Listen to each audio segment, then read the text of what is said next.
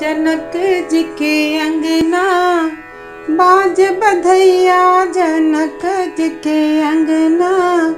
बाज बधैया, जनक जी के अंगना बाज बधैया, जनकपुर नगरिया बाज बधैया, जनक जी के अंगना हो। अंगना में सोहर द्वारे बधैया, अंगना में सोहर, अंगना में सोहर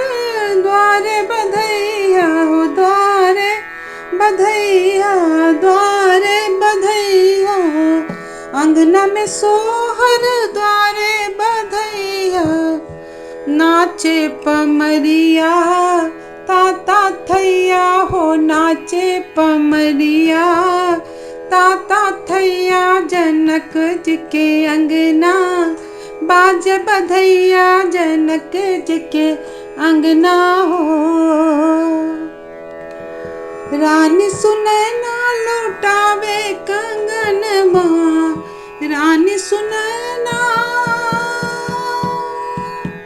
रानी सुनैना लौटावे कंगनवा, राजा राजा जनक जी, राजा जनक जी लौटावे रुपैया, जनक जी के अंगना